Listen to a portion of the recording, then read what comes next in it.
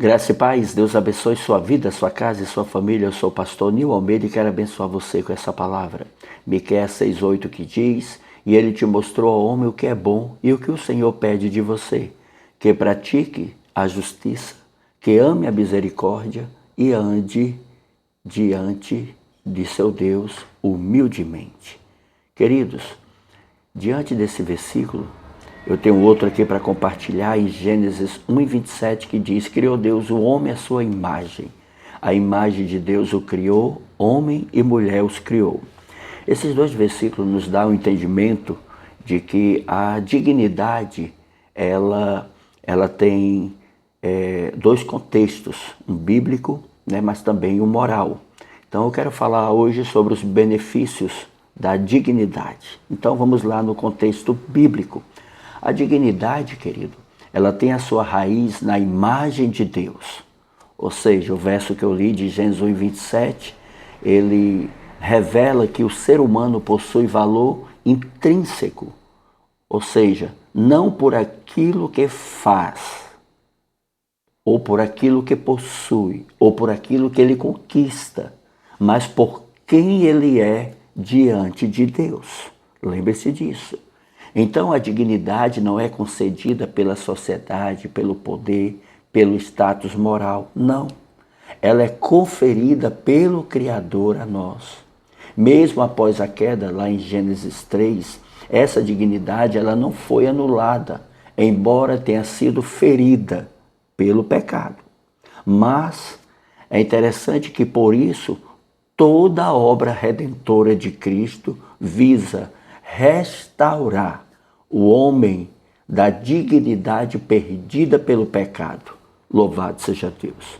Então, biblicamente, dignidade está ligado a valor, honra, responsabilidade moral e conduta coerente com a identidade de Deus, ok?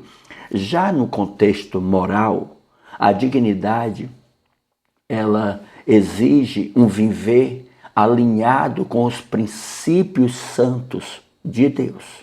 Então lembre-se disso. Não se trata apenas de sentir-se digno, não, mas de viver de modo digno, que glorifique a Deus e exalte o nome de Jesus. Então, dentro dessa verdade, Efésios 4:1 diz: portai-vos de modo digno da vocação que foste chamado. Então aqui o apóstolo Paulo conecta a dignidade para que nós venhamos entender que ela tem um valor moral no caráter, na postura ética e na responsabilidade, não só diante dos homens, mas diante de Deus. Então, viver com dignidade é rejeitar todas as práticas que degradam o corpo, a mente, a fé e a moral. Porque o homem digno entende que o seu corpo é templo do Espírito Santo, é morada de Deus. Então, quais são os benefícios da dignidade? Primeiro, preserva a identidade espiritual. Quem vive com dignidade sabe quem é em Deus e não negocia a sua fé por conveniência. Um exemplo bíblico disso é José do Egito, que recusou o pecado dizendo: como faria eu tamanha maldade e pecaria contra o meu Deus? 2. Segundo benefício, gera honra diante de Deus e dos homens. A dignidade conduz a uma vida respeitável, mesmo em ambientes corrompidos. Daniel, que manteve a sua integridade mesmo sob ameaça de morte, e glorificou a Deus por isso. Terceiro, protege contra a autodegradação moral. Quem entende seu valor em Deus não se submete a situações que ferem a sua consciência e muito menos a sua fé. Neemias, que rejeitou propostas que comprometeriam a sua integridade e permaneceu digno e fiel a Deus. Louvado seja o nome do Senhor. Então, diante dessa verdade, desse entendimento, nós precisamos compreender que a dignidade, ela tem um valor dado por Deus. Ou seja, a dignidade humana nasce do ato criacional. O homem foi criado à imagem e semelhança de Deus, como já falei. E isso estabelece o valor, sabe, dependendo da total condição de Deus e não da condição do homem. Isso é maravilhoso, irmãos, para as nossas vidas. Louvado seja o nome do Senhor. Então nós somos íntegros pelo aquilo que o Senhor nos entregou e nos confiou. Amém? Quais são as verdades aplicadas às nossas vidas? A primeira verdade é que a dignidade não depende das circunstâncias, mas da identidade de Deus. Não se esqueça disso. O que nós temos de dignidade depende do tempo de intimidade e de relacionamento que nós temos de Deus. O tempo de busca, de entrega, de dependência de Deus. Lembre-se disso. Não se esqueça. Ainda sobre verdades aplicadas em nossas vidas, o pecado sempre rouba a dignidade. O arrependimento restaura a dignidade. Quem conhece o seu valor em Deus não se vende, não se curva, não se corrompe. Lembre-se disso, irmãos. Seja digno.